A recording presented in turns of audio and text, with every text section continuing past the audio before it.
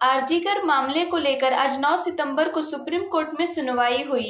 Supreme court के chief justice ने junior डॉक्टरों को काम पर लौटने के लिए कल शाम 5 बजे तक का समय दिया है। वहीं राज्य की मुख्यमंत्री ममता बनर्जी ने आज इस मामले पर राज्य सचिवालय में बैठक की। तो आइए जानते हैं सीएम ममता बनर्जी की बैठक की खास बातें।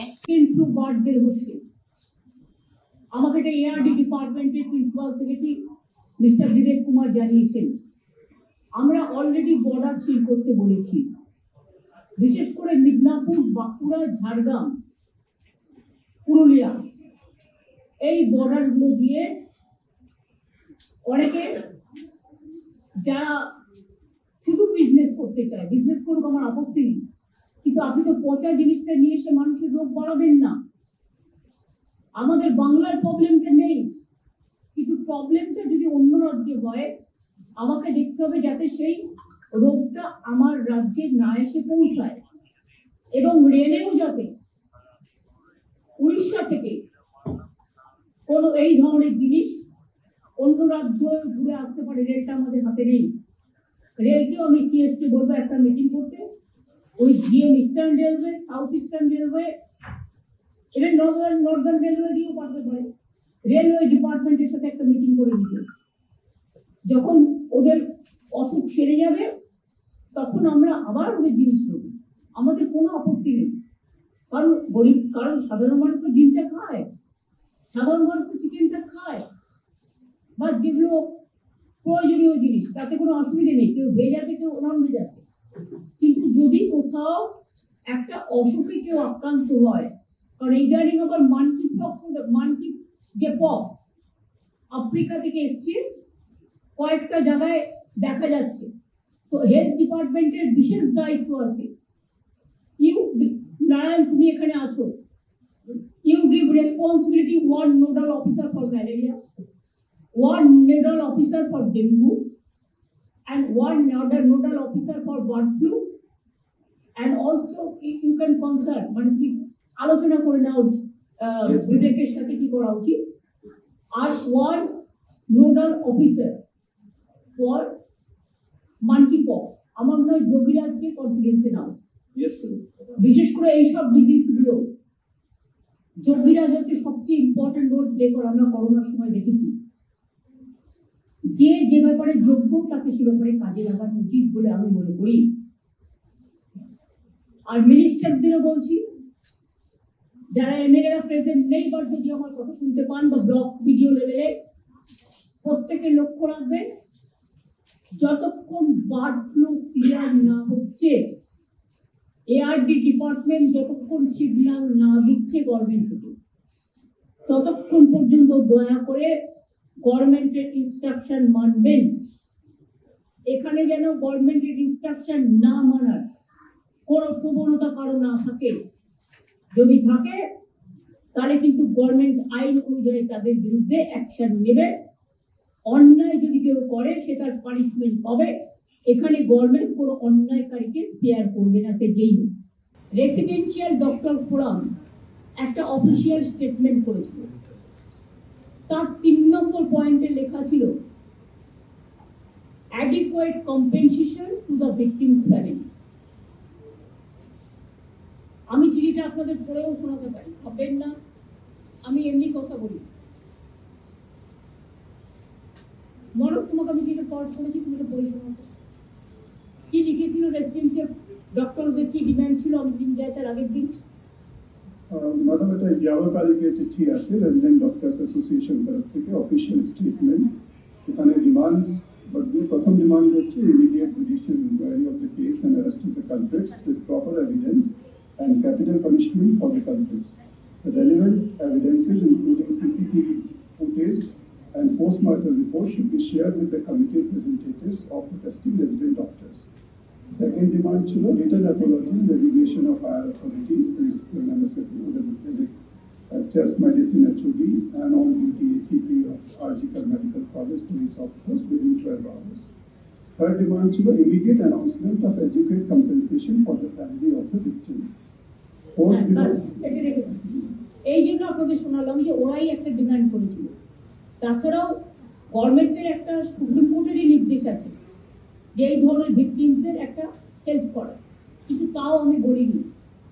আমি বাবা মাকে যেটা বলেছিলাম অন রেকর্ড, যেটা আমি বাইরেও বলেছিলাম, যে দেখুন মৃত্যুর বিকল্প টাকা হয় না। আপনারা খুবই মর্মাহত, আমরাও মর্মাহত, কিন্তু যদি কোনোদিন মনে করেন আপনার মেয়ে মানে মেমোরির জন্য কোনো ভালো কাজ করবে, আমাকে বলবেন, আমাদের গভর্নমেন্ট আপনার পাশে আছে, নাথিং এলস। আমি জানি কোনটা কখন বলতে পারি, এবং একই কথা আমি কিন্তু অফিসিয়ালি প্রেসকেও বলেছিলাম। তা সত্ত্বেও যারা উৎসাহ করে বেড়াচ্ছেন, আমি সরি, তারা কি চায়? বিচার চায়, না বিচারের নামে কেসটাকে ঝুলিয়ে দিতে চায়? কি চায়? আমাদের পুলিশ তো 1 বছরের মধ্যে মাটিগাড়ায় একটা কেসে ক্যাপিটাল পানিশমেন্ট করেছে। আমরা কামদুনিটাও ক্যাপিটাল পানিশমেন্ট করেছিলাম,